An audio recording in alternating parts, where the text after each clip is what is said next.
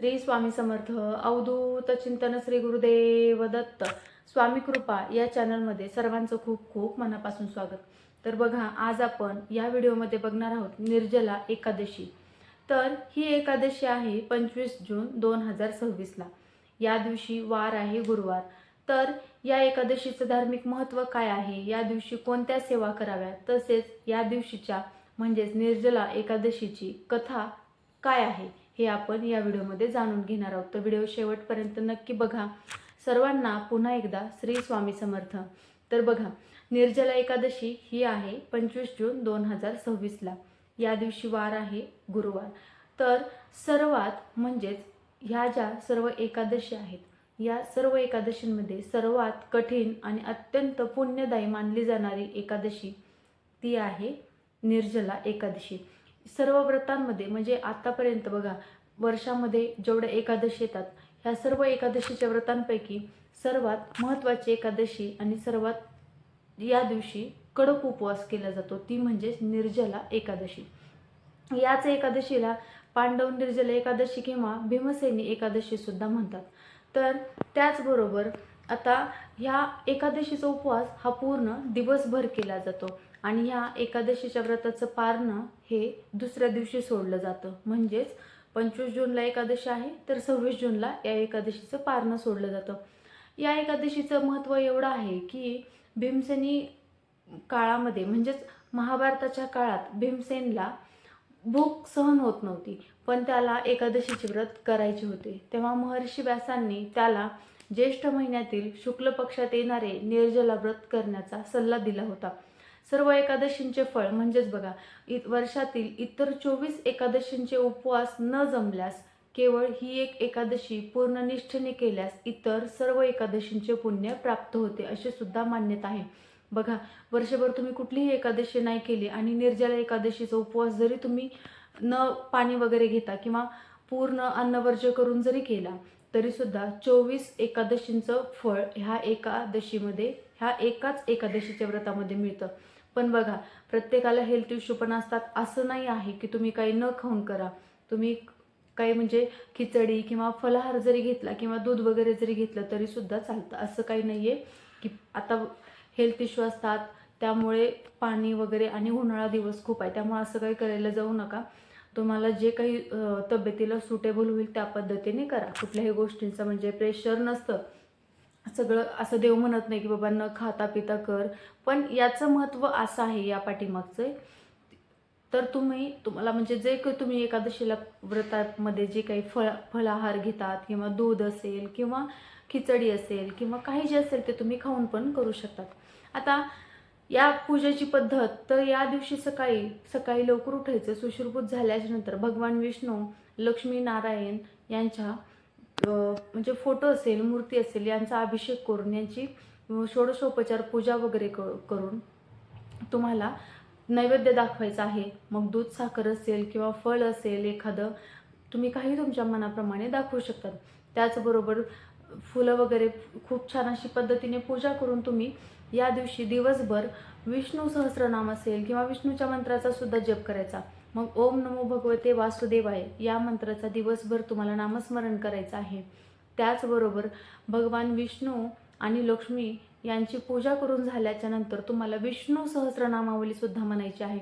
बघा, आता ज्यांच्याकडे भगवान विष्णूंची मूर्ती असेल किंवा फोटो असेल, 1000 तुळशीपत्र वाहून जर विष्णू सहस्रनामावली तुम्हाला म्हणता आली तर खूप चांगलं आहे। कारण कसं असतं माहिती आहे का, एकादशी असेल किंवा कुठलंही व्रत असेल किंवा एखादा दिवस असेल, त्या दिवसाला अनन्यसाधारण महत्त्व असतं। त्यामुळे त्या दिवशी आपण केलेल्या सेवा या तितक्याच फळाला सुद्धा येतात। म्हणजेच त्या दिवशी केलेल्या सेवेचं फळ हे आपल्याला खूप चांगल्या पटीने मिळत असतं। आता सेवा काय करायच्या, तर तुम्हाला विष्णू सहस्रनाम असेल किंवा तुम्हाला तुळशी मातेला 11 प्रदक्षिणा घालायच्या। ओम नमो भगवते वासुदेवाय या मंत्राचा जप करत करत तुम्हाला तुळशी मातेला 11 प्रदक्षिणा घालायच्या। त्याचबरोबर या दिवशी एकादशीच्या दिवशी तुळशी मातेचा उपवास असतो, तर त्या दिवशी तुम्हाला तुळशी मातेला पाणी अर्पण करायचं नाही। त्या दिवशी तुम्हाला तुळशी मातेला हळदी कुंकू, अक्षदा वगैरे अर्पण करून तुम्हाला तुळशी मातेला तुपाचा दिवा लावायचा आणि त्या दिव्याला सुद्धा प्रार्थना करायची, माझ्या घरामध्ये लक्ष्मी प्राप्ती होऊ दे, माझ्या घरामध्ये आर्थिक चणचण भासू देऊ नको. तुम्ही अशी सुद्धा प्रार्थना करू शकता. आणि हे सगळं करून झाल्यावर तुम्हाला 11 प्रदक्षिणा घालायच्या. ओम नमो भगवते वासुदेवाय या मंत्राचा सुद्धा जप करायचा. आता दिवसभर तुम्ही ज्या वेळेस विष्णू सहस्रनाम म्हणणार आहात, तुळशी मातेला नामस्मरण करत करत तुम्ही प्रदक्षिणा घालणार आहात, त्याचबरोबर विष्णू सहस्रनामावली सुद्धा म्हणायची आहे. हे सगळे आणि ओम नमो भगवते वासुदेवाय या मंत्राचा सुद्धा 108 वेळा तुम्हाला जप करायचा आहे. आता ज्या वेळेस तुम्ही भगवान विष्णूंची धूप दीप नैवेद्याने पूजा करता, त्याच वेळेस जितका पण म्हणजे पूजा वगैरे पूजा अर्चा करणार आहोत, त्याचबरोबर दानधर्माचं सुद्धा तितकंच महत्त्व आहे. तर आता काय करायचं आहे, निर्जला एकादशीला म्हणजे काही वस्तू आहेत, ते वस्तू दान करणं अत्यंत शुभ मानलं जातं. जसं की फळांच्या दानाला या दिवसामध्ये अन्न पाणी आणि फळदान करण्याला सुद्धा अत्यंत महत्त्व आहे. त्याचबरोबर मातीचे माठ असतील, पाण्याचे भांडे असतील किंवा छत्री किंवा फळे, मग त्यामध्ये टरबूज असेल, आंबा असेल किंवा अन्नधान्य, गरजू लोकांना पाणी किंवा थंड पेय देणं हे सुद्धा खूप महत्त्वाचं आहे. जितके आपण सेवा करणार आहोत तितकंच आपल्याला दान सुद्धा करायचं आहे. ही एकादशी ही पूर्णपणे भगवान विष्णूंच्या भक्तीसाठी समर्पित असते. त्यामुळे आपल्याला या दिवशी दिवसभर भगवान विष्णूंचं आपल्याला नामस्मरण करायचं आहे. त्याचबरोबर घरामध्ये सुख शांतीसाठी विष्णू सहस्रनाम असेल, हरिपाठ असेल किंवा विष्णू सुक्ताचं किंवा विष्णू सहस्रनामावलीचं सुद्धा आपल्याला पठण करायचं आहे. त्याचबरोबर आता बघा, तुम्हाला या दिवशी आता मी तुम्हाला काय दान करायचं ते तर सांगितलंच आहे, पण जरी तुम्ही म्हणजे कुठे बाहेर जाणार असाल, बाहेर चालला असाल किंवा रस्त्यावरून जाणाऱ्या येणाऱ्या लोकांसाठी सुद्धा त्या दिवशी पिण्याच्या पाण्याची सुद्धा सोय केली तरी हे सुद्धा खूप मोठं दान मानलं जातं. त्याचबरोबर मी तुम्हाला तुळशीची सुद्धा सेवा सांगितली, तीच सेवा तुम्हाला संध्याकाळी सुद्धा म्हणजे प्रदोष काळात तुळशी मातेला दिवा लावायचा आणि तुळशी मातेला सुद्धा ओम नमो भगवते वासुदेवाय या मंत्राचं सुद्धा नामस्मरण करायचं. आणि बघा, असं म्हटलं जातं, ज्या दिवशी तुळशी मातेला एकादशीच्या दिवशी तुळशी मातेला तुपाचा दिवा ज्यावेळेस आपण लावत असतो त्यावेळेस लक्ष्मी माता तिथे वास करत असते. बघा, आता ज्या शक्य नसेल तुम्ही तेलाचा पण लावू शकता, पण असं म्हटलं जातं दोन्ही वेळाला सकाळ आणि संध्याकाळ तुळशी मातेला तुपाचा दिवा किंवा साधा तुम्ही तेलाचा दिवा जरी प्रज्वलित केला तरी त्या घरामधून लक्ष्मी कधीच हटत नाही असं म्हटलं जातं. आता या एकादशीच्या दिवशी तुळशी मातेची पानं तोडायची नाहीत, त्याचबरोबर तुळशी मातेला जलसुद्धा अर्पण करायचं नाही. मग तुम्ही द्वादशीच्याच दिवशी तुम्ही तुळशी मातेला जल अर्पण करायचं आहे आणि तुम्हाला जर पानं वगैरे प्रसादावर ठेवायला लागणार असेल तर तुम्ही त्या दिवशीच तोडायचे आहेत. तर ह्या वर्षभरात एकूण 24 एकादशी येतात, पण आपल्याला ह्या 24 एकादशींमध्ये कुठल्याही एकादशीचा उपवास करणं शक्य झालं नसेल तर आपल्याला निर्जला एकादशीच्या दिवशी आपण ज्यावेळेस ही एकादशीचं व्रत करणार आहोत त्यावेळेस आपल्याला 24 एकादशींचं व्रत केल्याचं पुण्य घडणार आहे. तर ही एकादशी केल्याने असं म्हटलं जातं पापांतून मुक्ती आणि मोक्ष सुद्धा होतो. हे व्रत केल्याने अनपेक्षित चुका आणि उपवासाच्या नियमांचे उल्लंघन झाल्यामुळे लागणाऱ्या पापातून मुक्ती सुद्धा मिळते आणि मृत्यूनंतर मोक्ष सुद्धा प्राप्त होतं असं सुद्धा म्हटलं जातं. बघा, असं नाही आहे की भरपूर सारे पाप करायचे आणि मग व्रत वैकल्य करायचे, असं नाही. रोज आपण जीवनाच्या वाटेवर चालत असताना चांगले सत्कर्म करणं हे सुद्धा तितकंच गरजेचं आहे. एकमेकांना सहकार्य करणं, एकमेकांना म्हणजे त्यांच्या गरजेला पडणं हे खूप मोठं सहकार्य आहे आणि हे खूप मोठं भाग्य आहे की बाबा आपण एखाद्याच्या गरजेला पडतो, आपल्याकडून एखाद्याची गरज भागते, ही खूप मोठी गोष्ट आहे. त्यामुळे जीवनाच्या वाटेवर चालत असताना एक हात मदतीचा आपण नेहमीच पुढे केला पाहिजे. त्याचबरोबर आत्मसंयम आणि आत्मशुद्धी, पाण्याशिवाय संपूर्ण दिवस घालवल्याने मनावर आणि शरीरावर ताबा मिळवण्याची सुद्धा शक्ती, एक आत्मसंयम सुद्धा निर्माण होतो. या व्रताचे कडक नियम पाळल्यामुळे आपल्याला किंवा सूर्योदयापासून ते दुसऱ्याच दिवशीच्या सूर्योदयापर्यंत अन्न आणि पाण्याचा एकही थेंब न घेता उपवास केला जातो. तर हे केवळ आचमन करण्यासाठी किंवा आपल्याला किंवा म्हणजे कुठल्या एखाद्या आपल्या इच्छेसाठी नाही, तर आपल्या म्हणजे जे काही आपलं हे असतं, आपल्याकडून चुका झालेल्या असतात किंवा आपल्याकडून काही आपले चुकीचे कर्म झालेले असतात, या पापांच्या मधून आपल्याला मोक्ष मिळण्यासाठी हा उपवास किंवा हे व्रत वैकल्य केलं जातं. पण बघा, खूप ऊन आहे यावर्षी, खूप कडक उन्हाळा आहे. खूप जास्त उष्णता असल्यामुळे तुम्हाला शक्य झालं तर करा, नसेल तर असं काही नाही, केलंच पाहिजे. फक्त या उपवासाचं मी महत्त्व सांगते. पाणी पिणं खूप गरजेचं आहे आणि ऊन जास्त असल्यामुळे कंटिन्यू पाणी पीत राहिलं पाहिजे. त्याचबरोबर तुम्हाला हा फक्त मी एक म्हणजे त्याच्या पाठीमागचा तुम्हाला सारांश सांगितला आहे. पण तुम्हाला जसं शक्य होईल तसं तुम्ही साधा उपवास जरी पकडला तरी सुद्धा खूप चांगला आहे.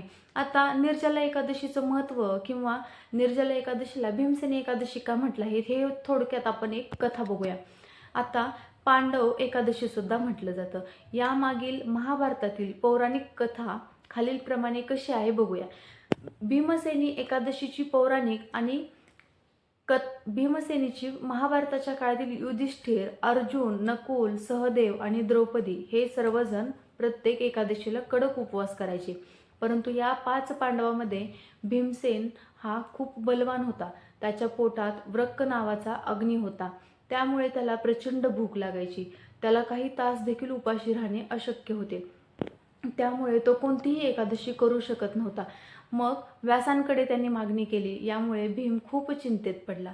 त्याला वाटायचे की आपण उपवास करत नाही म्हणजे आपण पाप करत आहोत आणि आपल्याला मोक्ष मिळणार नाही. शेवटी तो महर्षी व्यास मुनींकडे गेला आणि म्हणाला, हे ऋषीवर्य, माझे सर्व कुटुंब एकादशीचा उपवास करते, पण मला भूक सहन होत नाही. मला उपाशी राहून देवाचा छळ करायचा नाही, पण मला मोक्षही हवा आहे. कृपा करून मला असा एखादा सोपा मार्ग सांगा ज्याने मला सर्व एकादशींचे पुण्य मिळेल.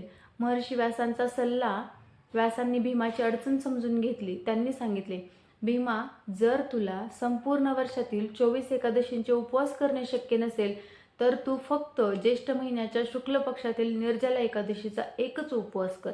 या दिवशी सूर्योदयापासून ते दुसऱ्या दिवशीच्या सूर्योदयापर्यंत अन्न तर सोडाच, पण पाण्याचा एक थेंबही घ्यायचा नाही. हा कडक उपवास केल्यास तुला वर्षातील सर्व एकादशींचे पुण्य एकाच दिवशी मिळेल. भीमाने पाळले व्रत व ज्यावेळेस भीमाने हे व्रत पाळले व्यासांच्या सांगण्यावरून आणि भीमाने अत्यंत कष्टाने आणि धैर्याने पाण्याचा थेंबही न घेता कडक उपवास सुद्धा पूर्ण केला. उपवासामुळे दुसऱ्या दिवशी सकाळी भीमाची प्रकृती खालावली आणि तो मूर्छित बेहोश झाला.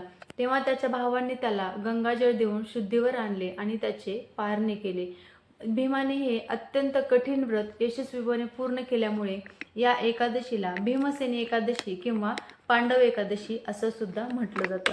त्यामुळे बघा, ह्या एकादशीचं महत्त्व एवढं मोठं आहे. म्हणून तुम्हाला थोडक्यात ही कथा सांगितली. तुम्हाला जसं शक्य होईल तसं तुम्ही हा उपवास करू शकता. तुम्हाला जे तुम्ही एकादशीच्या दिवशी ग्रहण करता ते ग्रहण करा. पाणी वगैरे घेऊन करू शकता. ज्यांना शक्य होईल त्यांनी निर्जला म्हणजे न पाणी वगैरे पिता सुद्धा करू शकतात. पण उष्णता खूप आहे. प्रत्येकाने आपल्या तब्येतीची काळजी घेतली पाहिजे. या सगळ्या गोष्टींपेक्षा आपली हेल्थ सुद्धा तितकीच महत्त्वाची आहे. बघा, व्हिडिओ आवडला असल्यास लाईक करा, शेअर करा, कमेंट करा आणि सबस्क्राईब करायला विसरू नका. श्री स्वामी समर्थ सर्वांना पुन्हा एकदा.